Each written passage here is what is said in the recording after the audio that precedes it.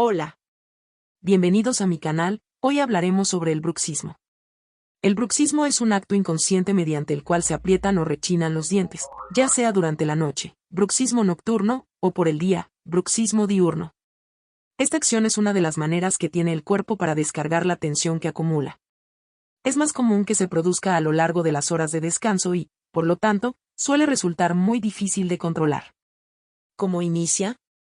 Comúnmente, el bruxismo puede comenzar en cualquier momento de la vida. Afecta por igual a hombres y mujeres, aunque es más frecuente el desgaste dental en los hombres, y dolor muscular o articular en las mujeres. En la infancia, también es común rechinar dientes. Ocurre frecuentemente como un síntoma de una mala respiración. Respirar por la boca hace que la lengua se separe del paladar, por lo que no lo empuja y crece estrecho sin espacio para los dientes. Como los dientes superiores no pueden encajar bien con los inferiores, el cuerpo frota y desgasta esos contactos. El bruxismo infantil desaparece por sí solo en el momento que cambian esos contactos o cuando los dentistas infantiles u odontopediatras ajustan la mordida. Pero sobre todo mejora cuando realizamos un tratamiento como ortotrópicos enfocado en mejorar la respiración al expandir el paladar. Aún así, es recomendable que los padres que observen un apretamiento o rechinar de los dientes de sus hijos acudan a su odontólogo de confianza para verificar las consecuencias y la evolución oral del niño. Causas maxilares. Las maloclusiones o alteraciones del desarrollo de los huesos maxilares desencadenan frecuentemente bruxismo. Físicas. Una respiración disfuncional o bucal y una mala postura con el cuello adelantado, hombros caídos, que es la que mantenemos delante de un ordenador, estudiando, con los móviles, etc. Cambian la posición de la mandíbula e interfieren en la oclusión, por tanto, pueden desembocar en apretamiento dental, compresiones y deterioros musculares en la mandíbula, la cara, cuello, espalda y en ocasiones otras partes del cuerpo. Psicológicas. La hiperactividad en los niños o los problemas emocionales ocasionan tensiones psicológicas y musculares que promueven malos descansos. También la ansiedad o el nerviosismo, tanto en niños como en adultos, son razones frecuentes en su aparición. Esta situación está directamente relacionada muchas veces con una mala respiración, entre otros factores. Enfermedades.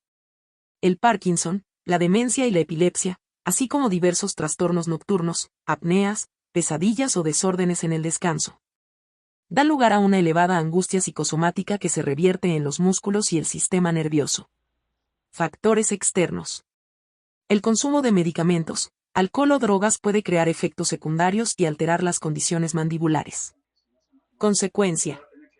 La fuerza general de masticación de un adulto está entre los 15 y los 35 kilogramos. Pero las personas que sufren de bruxismo pueden llegar a alcanzar unos niveles de 250 a 350 kilogramos en los momentos de mayor tensión muscular.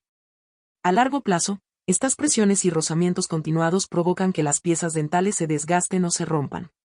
Dichos daños causan lesiones irreversibles en el esmalte, que acarrea la aparición de hipersensibilidad al frío, el calor o el dulce, y facilitan la generación de caries.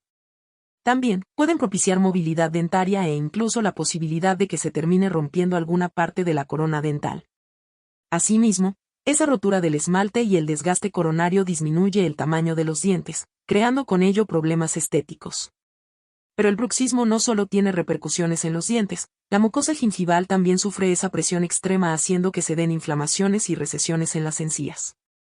Estas lesiones gingivales impulsan la reproducción de enfermedades periodontales y la aparición de triángulos negros o troneras. Uso de férula.